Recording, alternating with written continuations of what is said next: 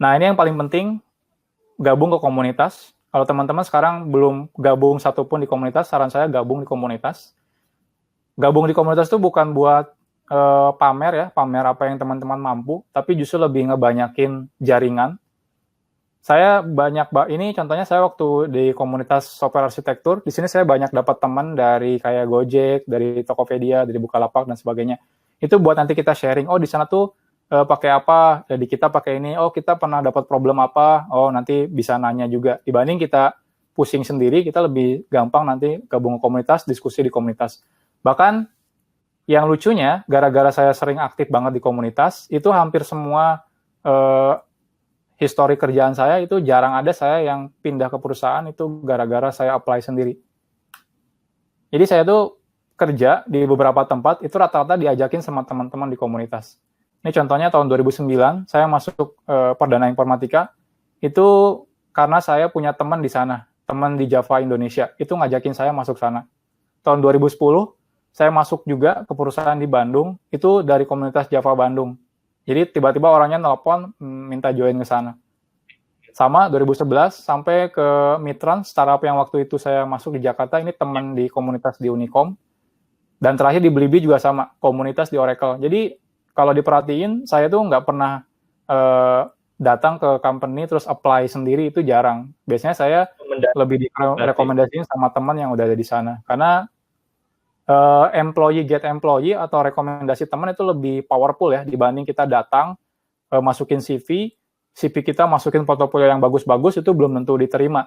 Tapi kalau misalnya kita punya teman di sana, terus temannya ngerekomendasiin kita, itu opportunity untuk diterimanya itu gede banget. Apalagi temannya udah akrab banget di komunitas, itu bakal opportunity-nya gede banget. Jadi saran saya teman-teman sekarang join komunitas, terus kalau misalnya ada ya aktif lah ya. Jadi nanti kalau misalnya teman-teman butuh kerjaan dan sebagainya, itu teman-teman bisa langsung nanya ke teman-teman yang ada di tech company yang lain. Tinggal ngomong. Tuh, tinggal ngomong aja. Nggak usah pusing lagi proses-proses interview dan sebagainya. Nah, yang terakhir saya... Ke platform-platform. Kenapa? Nggak harus sibuk nyari di platform kerjaan, langsung tanya teman aja. Lagi butuh orang nggak? Nah, iya, betul. Gampang kan? Butuh orang backend nggak? Butuh. Ayo udah, gue mau pindah. Gitu. Tinggal pindah, udah selesai. Nah, selain itu sharing. Ini sharing penting banget kalau teman-teman udah masuk kerja. Buat apa? Buat branding diri.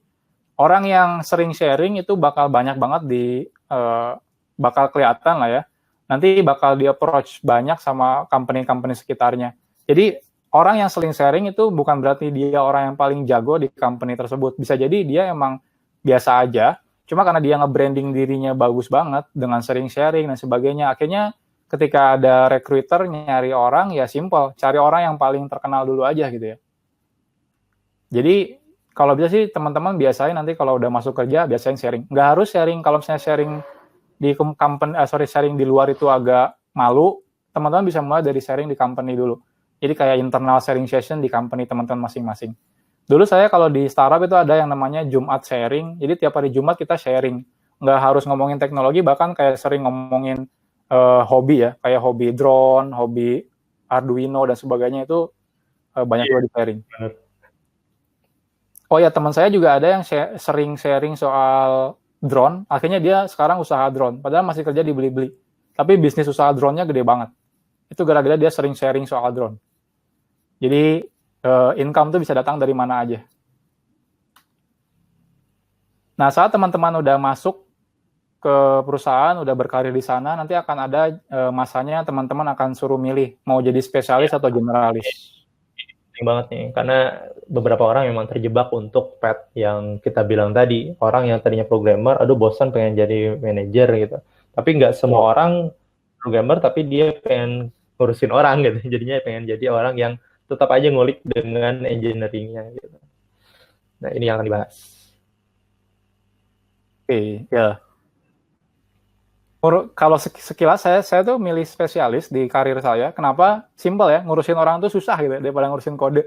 Ngurusin kode tuh sekali saya bikin kode salah, ya udah salah, tinggal dibenerin. Kalau ngurusin orang, dibenerin salah lagi, dibenerin salah lagi gitu. Jadi ini tantangannya beda sebenarnya. Tergantung teman-teman senang yang mana. Tapi intinya teman-teman mau pilih generalis atau spesialis, intinya satu. Teman-teman harus bikin super team. Teamwork yang paling penting. Ketika teman-teman milih spesialis, bukan berarti teman-teman bakal menjadi individu. Maksudnya individu itu kerja sendiri. Enggak. Teman-teman bakal kerja di dalam tim juga. Enggak ada istilahnya teman-teman kerja sendiri, ngerjain aplikasinya sendiri, itu enggak ada. Sejago-jagonya teman-teman kerja sendiri itu pasti kalah sama orang-orang yang kerja teamwork. Jadi tidak ada Superman di dalam kerjaan itu. Kunci keberhasilan perusahaan itu udah pasti adalah teamwork-nya. Teamwork itu yang paling penting itu adalah percaya sama rekan kerjanya. Jujur saya sendiri orang yang nggak gampang percaya. Jadi saya sendiri orangnya nggak gampang percaya. Kalau ada kerjaan saya lebih baik ambil kerjaannya sendiri, saya kerjain sendiri. Tapi ketika saya masuk di Blibli contohnya, itu saya dipaksa harus bisa ngedeliver kerjaan saya ke bawahan-bawahan saya, junior-junior saya. Saat ini kan saya walaupun saya spesialis, tapi saya dibebani untuk nge-lead tim ini ya, tim back end-nya di Blibli. Akhirnya saya harus bisa ngedelegasiin kerjaan-kerjaan saya ke yang tim back end-nya itu. Awal-awal saya emang agak sedikit kaku, kenapa? Karena saya nggak biasa percaya gampang sama orang. Tapi akhirnya saya harus bisa percaya sama orang tersebut. Simpel sih kalau misalnya kita kasusnya seperti itu, kita delegasiin ke orangnya, terus kita di awal tinggal dibikin micromanage. Micromanage itu kayak ditanya tiap hari, gimana progresnya udah sampai mana, masalahnya apa. Nanti orangnya ketika udah terbiasa dan orangnya udah knowledge-nya udah bagus, kita udah transfer knowledge-nya udah bagus, nanti orangnya bisa mandiri jalan sendiri. Jadi memang butuh proses. Kita nggak bisa emang di awal mungkin nggak bisa langsung percaya 100%, kita perlu micromanage. Nanti ketika orangnya kita bilang, oh ini orangnya udah bisa jalan sendiri, tinggal nanti jalan sendiri. Nanti mungkin reportnya kayak seminggu sekali atau sebulan sekali kayak gitu. Dan yang paling penting itu harus saling dukung. Kalau misalnya ada rekan kerja kita ngelakuin kesalahan, jangan di-blame ya. Jangan di-blame, wah salah lu, nggak ngerti, bego lu. Gitu. Wah, itu bahaya banget sih. Itu toxic banget sih orang kayak gitu. Toxic banget itu yang biasanya nggak tahan lama di kantor. Ya. Kalau misalnya ada orang yang bermasalah, itu harus dibantu. Itu harus dibantu banget. Karena ujungnya kan kalau misalnya ada orang bermasalah, malah kita biarin. Justru produk perusahaan kita yang bermasalah. Nanti kalau misalnya perusahaan kita yang bermasalah, satu company itu kena imbasnya semua. Jadi kalau misalnya ada satu orang yang bermasalah, teman-teman harus bantuin orang tersebut. Kalau orangnya misalnya pemula banget dan dia nggak ngerti, nggak usah pikirin, ya kalau gitu enak dong dia nggak ngerjain apa-apa, digaji gede sama-sama saya, nggak usah mikirin kayak gitu. Karena kalau misalnya company-nya bangkrut, semua orang nggak gajian gitu ya. Jangan mikir kayak gitu. Lebih baik selamatin satu company gitu. Jangan mikirin orang lain itu gampang. Nanti bos kita bakal ngelihat kok siapa yang kontribut paling tinggi di antara tim kita. Jadi nggak usah khawatir soal itu. Nah ini awal karir kalau teman-teman masuk ke teknologi company. Jadi biasanya diawali dengan associate software engineer, itu kayak junior lah ya, junior. Tergantung company ya, kalau di Blibli itu kayak 2 tahun sekali udah pasti naik jabatan. Kalau misalnya teman-teman udah kurang dari 2 tahun bisa naik jabatan, berarti itu kayak extraordinary, bagus banget sampai bisa naik jabatan kayak gitu. Nanti dari associate atau junior dia akan naik ke jadi software engineer, nanti dia akan jadi senior software engineer. Nah di situ teman-teman bakal dikasih pilihan 2 jalur, jalur individual contributor atau spesialis, yang kedua manajerial atau generalis. Ini udah pasti teman-teman bakal ngadepin ini, pengen jadi individual sampai manajer. Nah, banyak salah persepsi ketika masuk manajer, teman-teman mikirnya kalau manajer itu berarti posisinya lebih tinggi. Enggak. Manajer sama individual contributor atau spesialis itu posisinya sama. Benefitnya sama, gajinya sama, apa yang didapat sama, semuanya sama. Yang membedakan adalah kerjaannya apa. Jadi nggak usah mikir, oh dia title-nya dev manager, yang satu lagi title-nya arsitek atau principal engineer, berarti manager lebih tinggi jabatannya. Nggak seperti itu. Itu bisa jadi sama aja gitu ya. Oke. Jadi kalau dihadapin spesialis generalis seperti apa? Nah, kalau misalnya teman-teman milih spesialis, jalurnya bakal seperti ini. Teman-teman bakal dimulai dari principal engineer. Teman-teman silakan cari di LinkedIn, itu udah banyak banget teman-teman yang sekarang udah title-nya principal engineer. Kalau misalnya teman-teman milih ke manajerial, nanti akan menjadi development lead.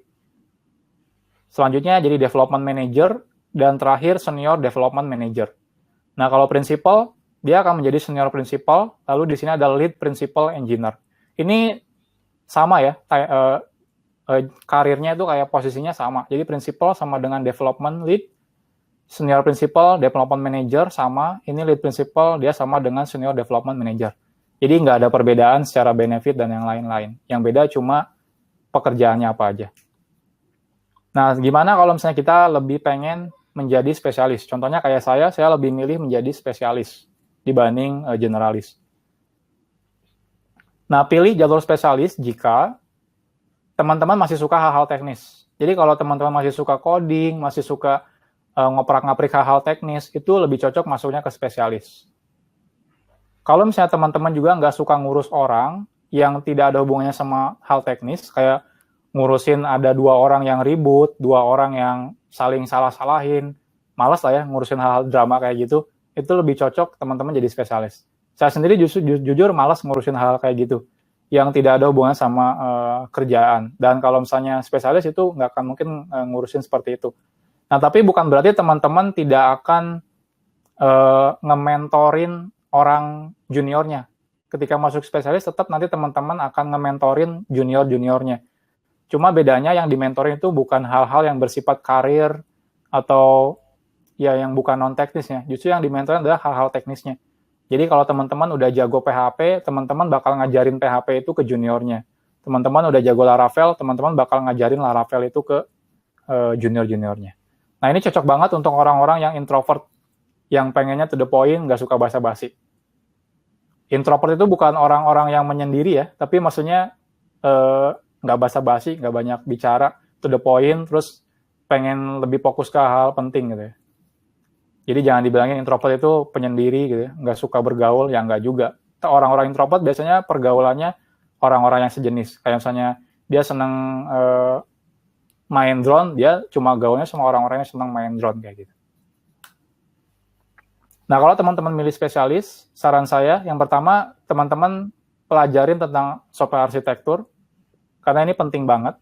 Setelah itu, teman-teman belajar tentang scaling aplikasi, karena nanti ketika masuk sini, kalau udah masuk sini, nanti teman-teman bakal punya tim yang lebih besar, artinya aplikasinya bakal lebih besar juga, dan mungkin traffic pengunjungnya bakal lebih gede juga. Jadi teman-teman harus ngerti tentang arsitektur, scaling aplikasi, performance, dan yang lain-lainnya. Nah, ini yang paling penting adalah fokus ke depan. Jadi kalau yang awal karir, teman-teman fokus ke yang sekarang. Kalau nanti teman-teman masuk ke spesialis, justru fokus ke hal-hal yang masa depan. Masa depan itu maksudnya apa sih? Teman-teman harus punya program untuk belajar bahasa pemrograman baru untuk nanti di-adopt di company yang sekarang. Jadi contohnya sekarang teman-teman pakai PHP.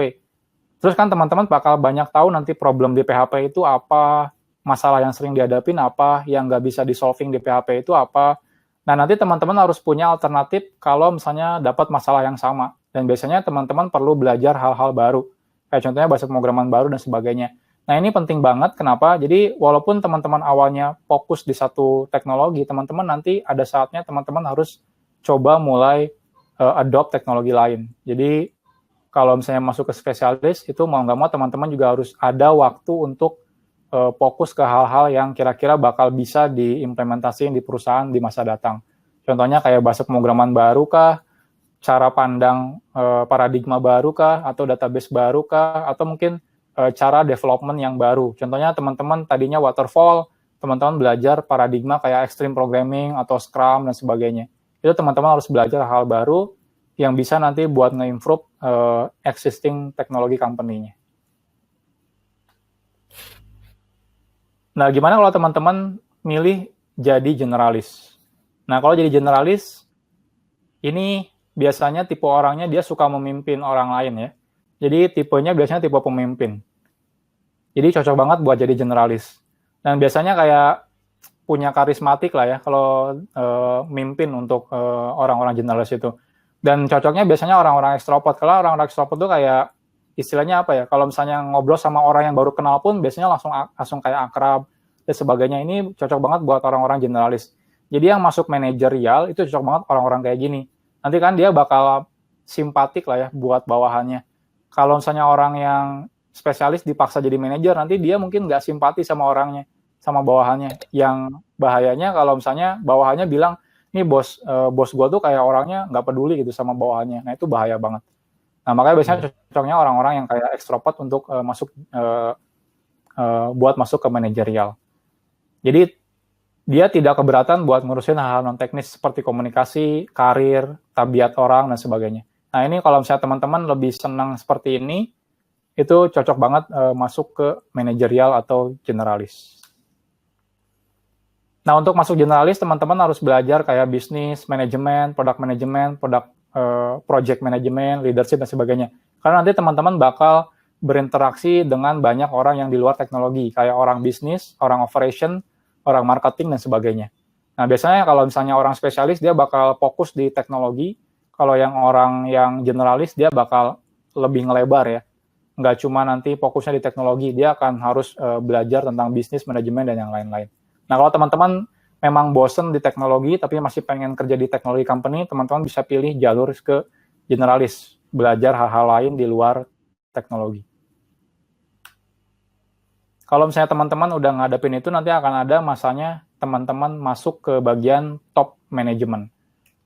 Top management itu kalau yang tadi ya, dari principal sama development manager, nanti dia akan masuk ke sini. Contohnya technical architect, ini top manajemennya di spesialis. Ada juga asisten vice president kalau di generalis. Jadi kalau lihat teman-teman ada levelnya APP, itu sebenarnya satu level sama technical architect. Ada juga yang vice president, itu satu level sama senior technical architect. Ada juga senior vice president, itu selevel sama distinguished engineer. Atau yang paling akhir itu puncak karir seseorang, C-level. Nggak ada lagi ya, nggak ada super C-level itu, nggak ada lagi. C-level. Paling satu divisi cuma satu orang gitu ya. Rata-rata sih orang kita mentoknya ya di sini kalau udah ada C-level ya. Paling senior VP atau distinguished engineer. Nah, kalau technical fellow, kalau spesialis itu dia technical fellow. Mungkin technical fellow dia direct reportnya bukan lagi ke C-levelnya CTO, mungkin dia reportnya ke CEO langsung. Jadi nggak usah khawatir teman-teman mau pilih spesialis, generalis, dua-duanya karirnya bagus di teknologi company. Ini harusnya sekarang udah diimplementasiin di semua teknologi company. Dulu itu waktu awal saya masuk teknologi company nggak jelas. Karir di teknologi company itu nggak jelas. Orang tuh cuma bisa jadi programmer, sistem analis, project manager, udah 3 doang mentok. Nggak ada lagi yang lain. Iya. Kalau sekarang itu udah jelas jenjangnya. Jadi teman-teman nggak usah khawatir berkarir di teknologi company. Semuanya udah jelas. Nggak harus pusing sama jenjang karir. Dan mungkin tidak semua juga ya yang memang perusahaan teknologi memiliki jenjang karir seperti ini, sematang ini gitu. Mungkin di Blibli sudah memilikinya, tapi terkadang memang mungkin ya startup bahkan yang unicorn pun beberapa tidak memiliki hal ini gitu. Ya teman-teman harus secara bijak lah pilih dan cari info yang lebih dalam mengenai kerjanya di mana. Betul. Biasanya jenjang karir itu akan berubah ketika orang-orang udah nyampe di top level. Contohnya teman-teman di perusahaannya paling akhir itu senior engineer. Ketika semua orang udah jadi senior engineer, si HR itu pasti mikirin gimana caranya biar nggak kelihatan stuck karirnya. Maka akan dibuat jenjang baru. Dulu di Blibli juga sama. Dulu orang-orang cuma mentok sampai principal engineer. Tapi lama-lama kan orang-orang pada naik jadi principal engineer kan. Masa sih satu company nanti principal engineer semua? Jadi nggak jelas mana yang lebih senior atau enggak. Nah, itu nanti akan dibuat jenjang baru. Jadi kayak dipanjangin jenjangnya dengan benefit-benefit yang lebih baik. Itu nanti pasti ada kok. Semakin mature perusahaannya nanti semakin dibikin jenjang karirnya semakin bagus. Nah, kalau kita udah masuk ke top management, itu udah pasti kita akan kerja sama cross team, cross industri bahkan. Contohnya sekarang saya nggak cuma ngurusin di Blibli retailnya, saya sering ngurusin di Blibli payment-nya dan juga Blibli wallet-nya, di mana itu udah 2 company yang beda. Jadi ini udah sering banget kalau misalnya kita masuk ke cross team, cross departemen, bahkan cross company kalau masuk ke top management. Sampai sini kita langsung aja ya, takut nggak kelar nanti. Nanti kita pertanyaan akhir kalau misalnya udah sempat, takutnya udah keburu maghrib. Di bagian Wita udah maghrib katanya di Indonesia Tengah. Oh, udah maghrib, selamat berbuka kalau gitu ya, bagian Wita. Kalau kita berbuka, sambil buka sambil nonton gitu ya. Kalau yang belum jangan berbuka dulu. Yuk lanjut aja, kita masih beberapa konten lagi. Ya, dikit lagi kok. Ini ketika bekerja ya, ketika bekerja. Nah, kalau kita jadi engineer, udah join nih kerja. Ini beberapa hal yang sering terjadi. Yang paling penting itu kita ngehindarin drama. Tolong deh ya, kita tuh orang programmer, orang teknologi, ngomongnya pakai logika. Jangan ikut ngedrama ya. Drama itu toksik banget kalau misalnya kita di kantor. Apalagi dramanya sampai bikin permusuhan antara orang. Itu bahaya banget. Kalau misalnya kita mau ngedrama, bikin akun anonim aja. Di Facebook, di Twitter, udah gitu ya.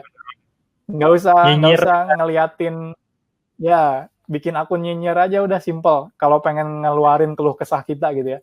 Jangan pakai akun pribadi, atau apalagi di kantor, manas-manasin orang untuk bikin drama. Wah, itu bahaya banget. Contohnya di perusahaan saya itu ada beberapa orang yang dikeluarin gara-gara bikin drama. Jadi dia tuh ngadu domba antara satu tim dengan tim yang lain, itu langsung nggak ditolerir lagi, sama HR-nya langsung dikeluarin secara tidak hormat. Dan itu bahaya banget kalau teman-teman kayak gitu. Nah, tapi bukan berarti kita ngehindari konflik. Kalau konfliknya bagus, kayak contohnya ada satu problem, teman-teman pengen solving pakai satu solusi, ada orang lain pakai solusi dua. Nah, itu nggak masalah kalau debat secara cara apa ya istilahnya? Secara baik lah ya. Jadi kalau misalnya kayak gitu nggak ada masalah, karena itu kan kita emang nyari solusi yang terbaik. Tapi kalau misalnya udah hal yang drama, ngejelekin orang, wah itu udah harusnya jangan. Apalagi kalau politik sama SARA itu jangan sampai dibawa-bawa ke ranah pekerjaan, itu bahaya banget. Ya.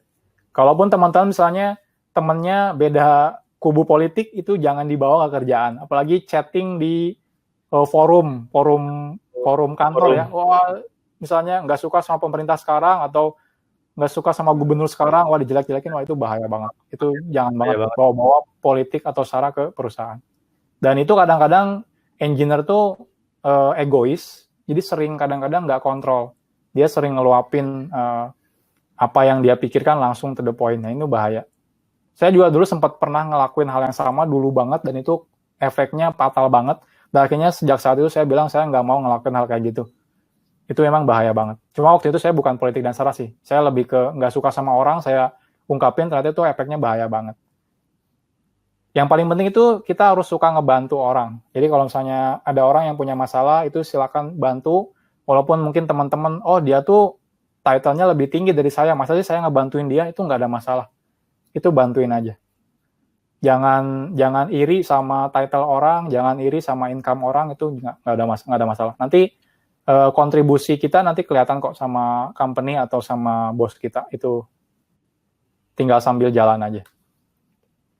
Nah, kalau kerja sama orang lain, bukan sama orang lain ya, sama engineer lain, ini udah pasti. Kalau kita ngelihat rekan kerja yang tidak bekerja, jangan kompor ya. Misalnya kita ngelihat sebelah kita tuh tiap harinya datang, buka Facebook, nonton YouTube, sore-sore pulang gitu ya. Terus kita mikir, ini orang kerjanya apa gitu ya.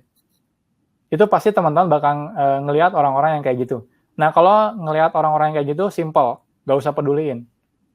Lebih baik teman-teman ngurusin kerjaan teman-teman, kelarin sampai kelar.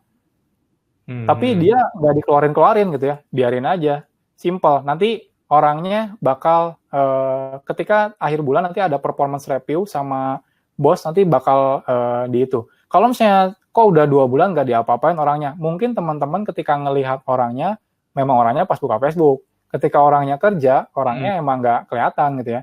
Jadi nggak usah malam. Ya, nggak usah ngejudge orang.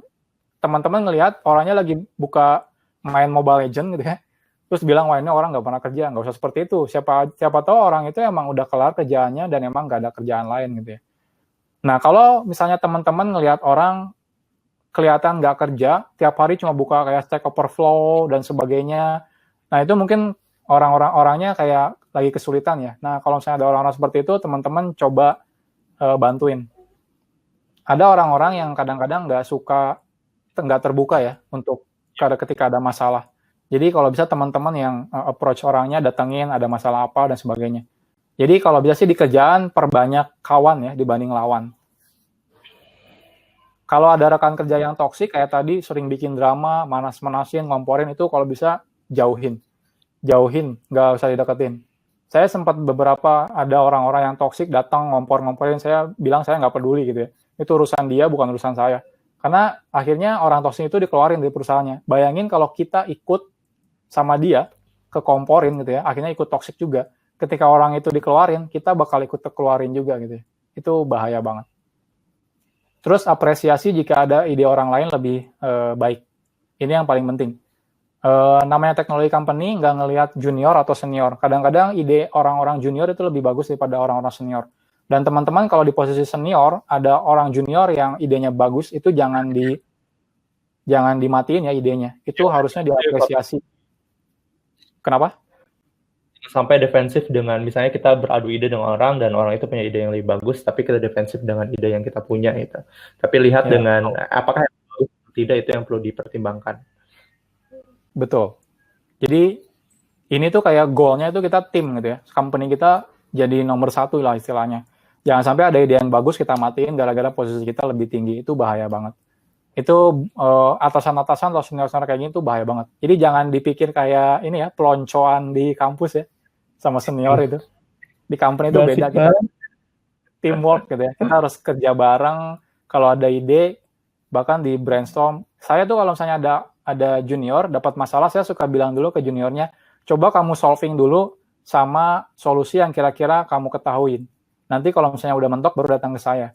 Nanti beberapa jam kemudian saya datang lagi, gimana? Terus dia bilang, oh solusinya udah dapat kayak gini. Terus kalau misalnya solusi dia lebih bagus, saya bilang, oh solusi kamu lebih bagus daripada solusi yang tadinya mau saya kasih tahu gitu ya. Jadi kita nggak usah malu ketika ada orang yang solusinya lebih bagus daripada kita. Bahkan dari situ kita bisa tahu kalau bahwa ada ide yang lebih baik daripada kita, dan kita bisa belajar dari situ. Nah, kalau kita bekerja dengan bos, yang paling penting adalah ekspektasi bos.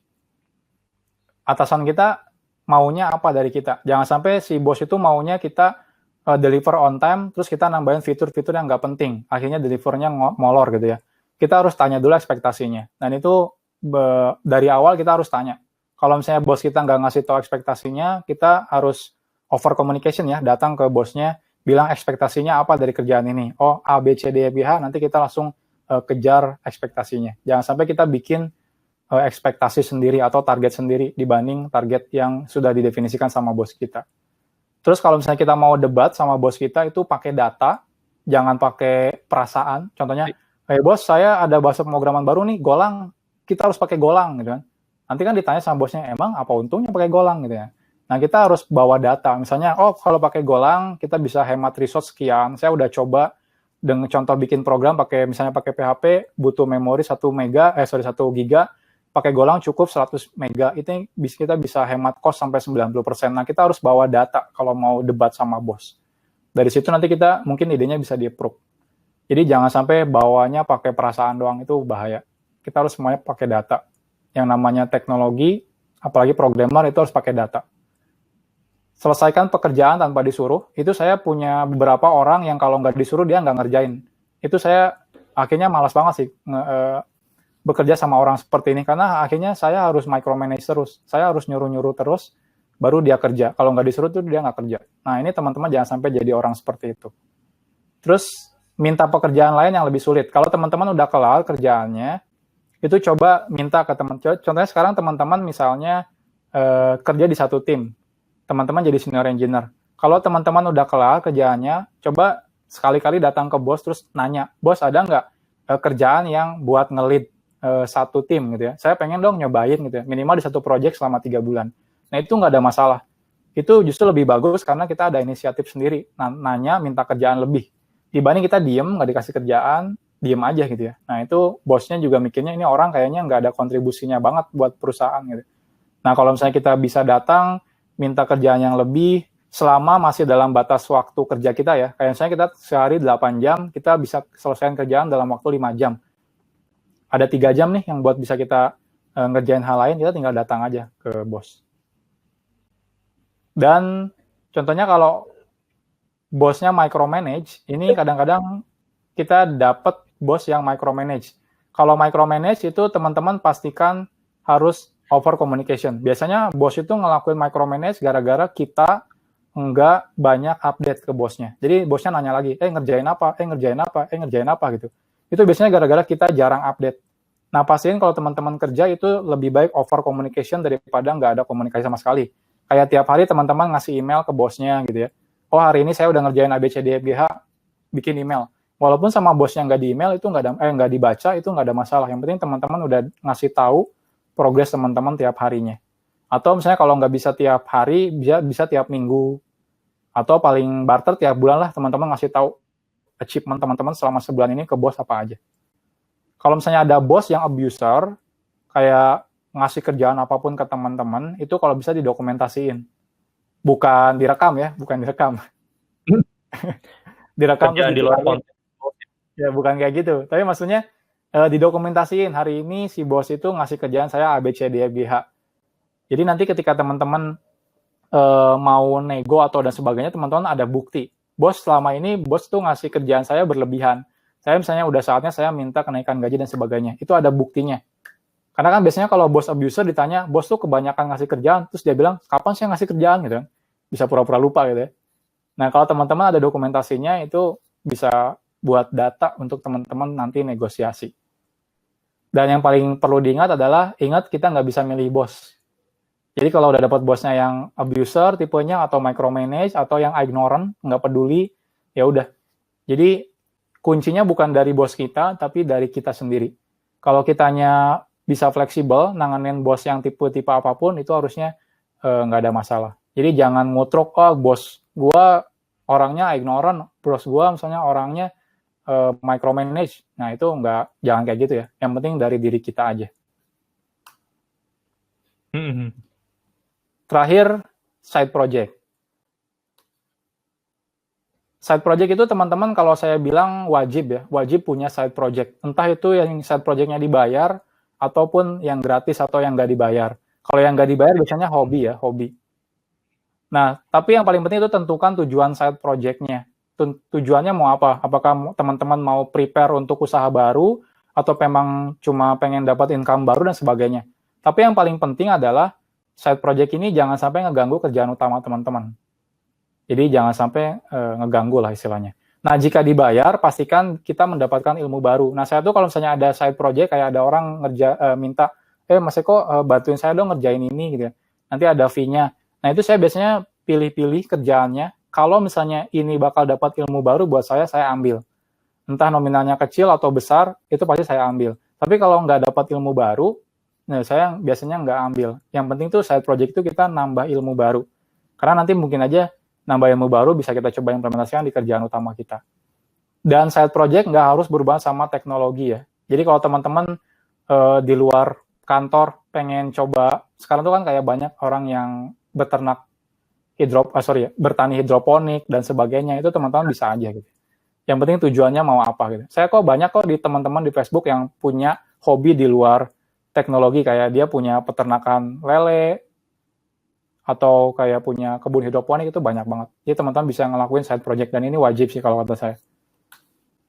Jangan ngelakuin side project kalau projectnya sama dengan bisnis teman-teman. Bisnis utamanya ya, tempat kita kerja. Jadi kalau teman-teman kerja misalnya di e-commerce, terus ada side project orang pengen dibikin e-commerce lagi, nah itu jangan. Itu bahaya banget. Bahayanya apa? Kalau sampai teman-teman ketahuan punya side project yang ngerjain hal sama, itu nanti teman-teman bisa istilahnya di show sama si company yang saat ini teman-teman kerja. Karena itu kan kayak ngeluarin knowledge teman-teman. Kayak teman-teman kerja di perusahaan e-commerce, kok bikin e-commerce lain gitu. Itu tuh bahaya banget. Kalau teman-teman kerja di e-commerce, tapi punya side project ngebantuin teman yang lain, kayak misalnya bikin aplikasi ojek online, itu nggak ada masalah. Karena bisnisnya beda. Jangan sampai bisnisnya sama. Kalau misalnya teman-teman juga nggak bisa manage waktunya, itu saya sarankan mending nggak usah. Mending fokus aja ke satu kerjaan. Kalau misalnya nggak bisa manage waktu, ya akhirnya bawa kerjaan side project teman-teman ke kerjaan utamanya. Kayak di kerjaan utamanya teman-teman curi-curi waktu sambil coding, kerjaan side project itu bahaya banget. Itu udah kayak korupsi waktu lah istilahnya. Apalagi kalau sampai kerjaannya nggak kelar. Nah, ini bahaya. Ini nama baik kita bisa jelek. Entah nanti nggak kelar di kantor atau nggak kelar di side project, itu nanti nama baik kita udah pasti jelek. Dan orang-orang bakal ngecap kalau kita nggak pernah kelar ngerjain sesuatu. Jadi hati-hati dalam side project.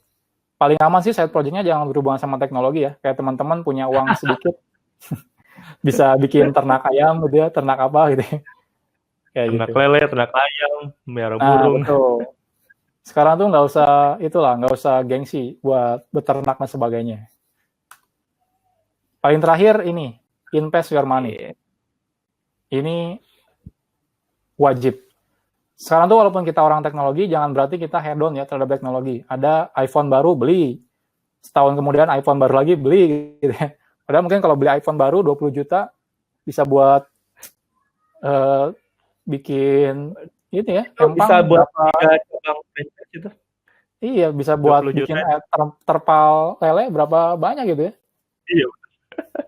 Saya sendiri terkenal sama orang yang gadgetnya dikit. HP saya rata-rata kepake kayak 3 tahun. Kalau saya beli laptop kayak semacam 4-5 tahun sekali.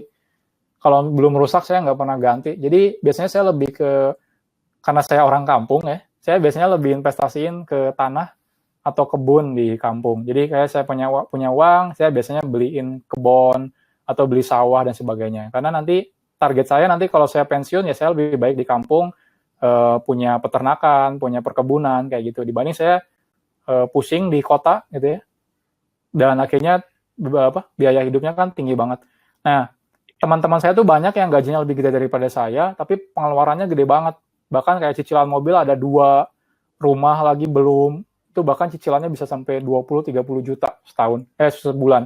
Oh itu saya nggak masalah orang ada income yang lebih gede, yang penting lihat itunya. Justru saya sirik sama orang-orang, saya di Blibli punya teman satu orang, itu secara income lebih besar di kantor ya, lebih besar saya, tapi secara investasi lebih besar dia. Bahkan saya sering ngobrol sama dia sering share kalau gaji dia di Blibli itu udah kayak bayarin pajaknya dia tiap bulan di investasi dia gitu. Jadi kayak itu saya side project ini ya, kerja di Blibli-nya kayak side project. Kayak side project. Jadi saya sering nanya ke orangnya, lah terus lu ngapain kerja di sini?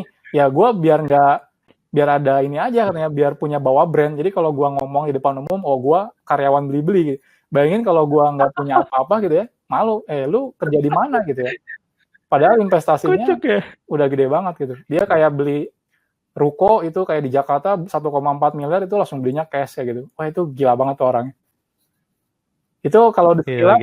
Dia kayak beli mobilnya kayak beli mobil second Avanza gitu. Jadi dia nggak peduli sama barang yang sehari-hari dia pakai ya. Yang penting investasinya gede banget. Itu sering kita kalau dia tuh iseng banget, sering banget. Gue nggak bisa datang pagi ya, harus ke bank dulu. Kita sering sindirin. Wah kan kalau transfer di bawah 100 juta nggak perlu ke bank, pasti di atas 100 juta gitu. Ketahuan ya langsung ya. Ketahuan. Jadi ya gitu. Jadi jangan iri sama orang-orang yang income-nya lebih tinggi, justru irilah sama orang-orang yang investasinya udah lebih gede daripada kita. Nah, jadi kalau misalnya teman-teman nanti udah mulai kerja, apalagi misalnya yang belum berkeluarga gitu ya, coba mulai investasiin income-nya. Saya ya agak nyesel sih dari dulu nggak mulai investasi. Saya baru mulai investasi kayak 2-3 tahun yang dari sekarang. Kayak gitu.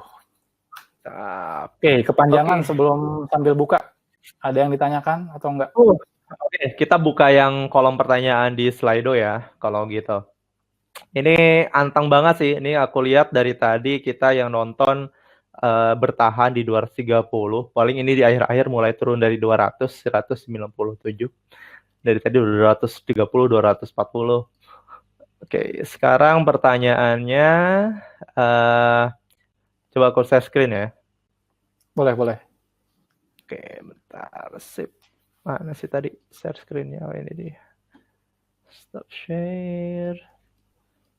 Oke, share screen.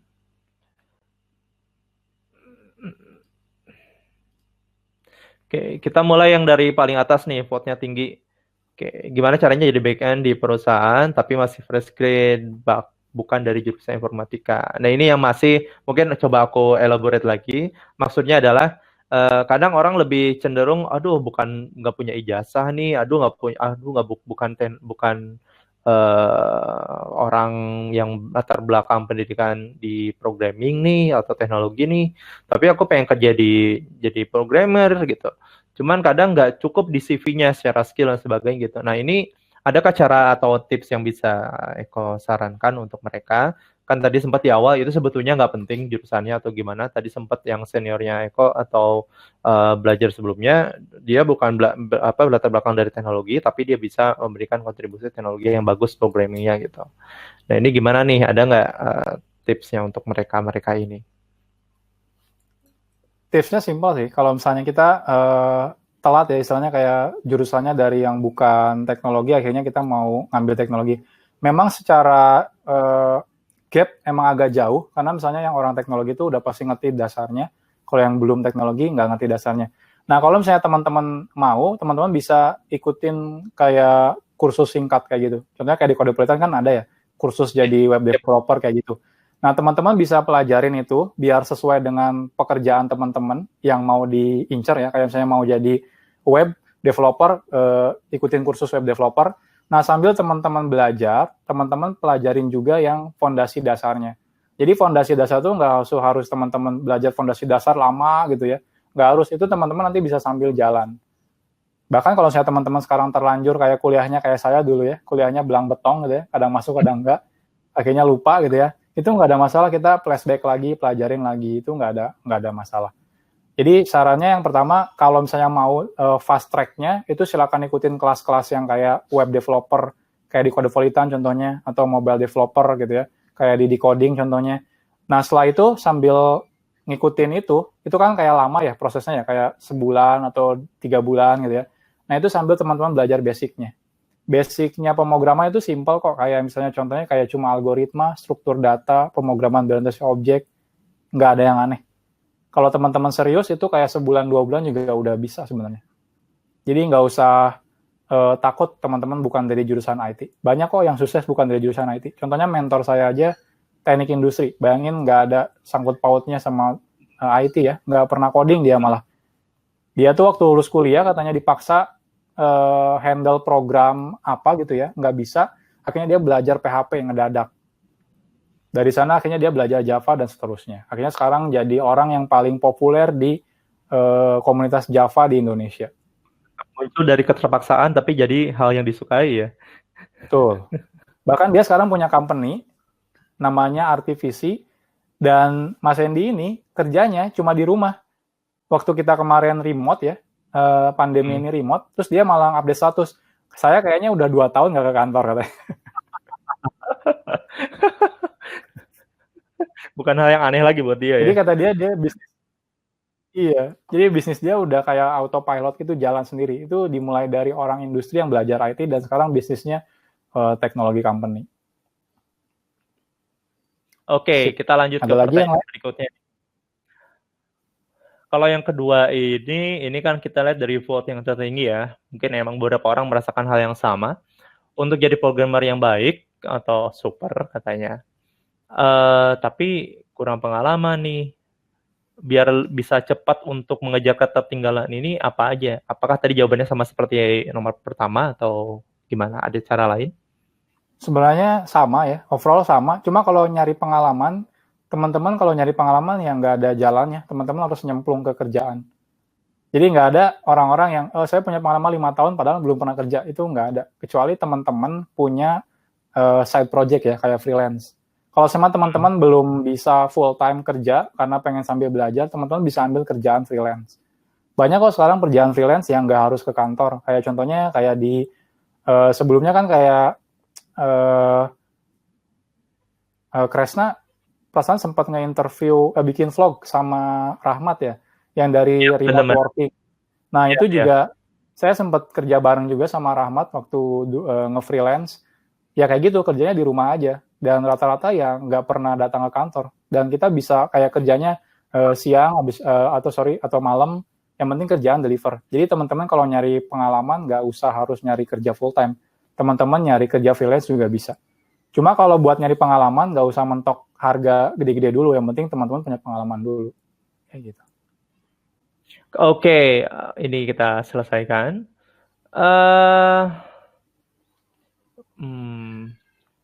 Ini sepertinya lebih ke permasalahan-permasalahan pekerjaan nih. Kita bisa lanjut satu lagi kali ya. Coba aku tanya nih. Boleh ini mengenai pekerjaan. Ini konteksnya kayak gitu sih. Misalnya kita lagi kerja sebagai programmer, tapi demanding dari bisnis dengan fitur yang terus bertambah, tapi tidak sebanding dengan improvement dan perbaikan harus dilakukan gitu. Kita harus seperti apa sikapnya? Nah, kalau misalnya teman-teman masuk teknologi company, itu nggak mungkin nggak ada fitur baru. Itu selalu fitur baru, selalu ada. Bahkan mungkin tiap minggu itu selalu ada fitur baru. Dan teman-teman nggak bisa komplain kalau wah ini bisnisnya terlalu banyak nambahin fitur, itu nggak bisa. Nggak bisa ya. Kalau misalnya teman-teman komplain ya nanti bisnisnya nggak jalan. Kalau bisnisnya nggak jalan ya kita nggak gajian gitu ya. Bisnisnya mati gitu. Karena kan kayak contohnya e-commerce banyak ya. Atau kayak contohnya kayak Gojek juga ada pesaingnya Grab. Bayangin kalau Gojek stop, lebih mikirin ngebenerin kodenya dibanding nambahin fitur, ya nanti kesalip sama Grab misalnya. Atau misalnya dibeli-beli, nggak pernah nambahin fitur lagi, cuma fokus ngebenerin kode, ya akhirnya kesalip sama e-commerce yang lain juga, yang misalnya tadinya kecil jadi gede. Jadi kita nggak bisa, ini kayak lebih ke win-win solution sih ya. Jadi kita harus kayak ngasih pengertian ke orang bisnisnya. Jadi di satu sisi kita nambah fitur baru, tapi di satu sisi kita minta dikasih space waktu untuk nge-improve existing teknologinya. Jadi contohnya kita dalam 1 minggu deliver tadinya 10 fitur, kita minta kayak delivernya 7 fitur dulu. 3 masa untuk ngelakuin 3 fiturnya kita minta untuk digunakan untuk nge-improve existing quality code-nya. Nah kayak gitu. Jadi itu tinggal kita negosiasi sih sama bisnisnya. Contohnya kalau dibeli-beli, itu sekarang orang bisnisnya udah ngerti kalau implementasi unit testing itu wajib. Bahkan kayak 95% kode itu harus ada unit testingnya. Kenapa? Karena kalau kita bikin kode nggak ada unit test ya, itu bakal bikin banyak bug di production. Dan akhirnya malah impact-nya brand kita malah makin jelek. Jadi kita harus bawa data. Ini kalau misalnya kita terburu-buru bikin fitur, akhirnya nggak bikin unit test, bug-nya dapat 100. Tapi kalau kita bikin unit test, walaupun kita ada delay berapa jam, tapi kita bisa, berapa hari, tapi kita bisa minimalisir bug-nya. Jadi kayak gitu. Jadi tinggal kita negosiasi sama orang operation sama orang bisnisnya. Nah ini biasanya dilakukan sama orang generalis sih. Betul. Jadi nanti komunikatif. manajer kita. Betul. Oke. Nah, sepertinya kita tidak bisa menjawab lagi karena udah mau menjelang maghrib. Oke, untuk terakhir kita coba sebar survei. Silakan teman-teman respon yang ada di layar. Silakan dijawab. Ada 2 pertanyaan. Kita ingin tahu nih, menurut teman-teman gimana? Silakan dijawab. Ada yang udah siapin tajil nih. Iya ya. Nih anakku sudah menangis juga nih minta digendong. Oh, kasihan yang belum menikah. Jangan kompor. Iya, ke dapur. Dia bukan nyari ke dapur, ke jalan nih nyarinya. Jadi takjilnya ke jalan. Thank you banget Kang Eko sudah sharing dan ini sangat berbobot dan tidak sedikit yang menyatakan bahwa cara menyampaikannya sangat menyenangkan, sangat bisa dimengerti di komentar. Saya terlihat dari orang-orang yang terus standby sampai sekarang ini untuk memperhatikan Eko menjelaskan. Dan semoga apa yang Eko sharing itu memang benar-benar empiris. Maksudnya terlihat mana yang teoretikal, mana yang empiris, dan ini empiris banget. Memang terjadi di sebelumnya dan ada pengalaman yang ada. Dan semoga teman-teman yang ada di sini yang nyimak bisa punya persiapan yang lebih baik lagi dan juga yang udah kerja bisa menjadi seorang karyawan yang sangat baik untuk kelangsungan perusahaannya. Karena ketika kerja di perusahaan itu bukan antara kamu dan perusahaan, tapi kamu masuk ke sana untuk membantu perusahaan itu berkembang gitu. Jadi tetap fokus dengan hal itu dan buat suatu perubahan yang berdampak di sana. Oke, sudah nih sharing ininya, full-nya. Kelihatan nggak di layarnya hasilnya kayak gimana? Kelihatan. Nanti reportnya bisa kita download. Thank you teman-teman semua, saya Enpul dan sampai ketemu di webinar berikutnya. Mang Eko ada channelnya sendiri di YouTube, namanya Programmer Zaman Now, yang sekarang mulai aktif lagi dari tahun kemarin. Dan mungkin dalam waktu dekat kita ada rencana kolaborasi dengan Kodepolitan, jadi tunggu tengah mainnya aja. Siap. Terima kasih semuanya sudah memperhatikan sampai detik ini. Manfaat dan berkah di 10 hari Ramadan terakhir ini. Kita tutup. Assalamualaikum warahmatullahi wabarakatuh. Waalaikumsalam. Dadah. Dadah semuanya ya.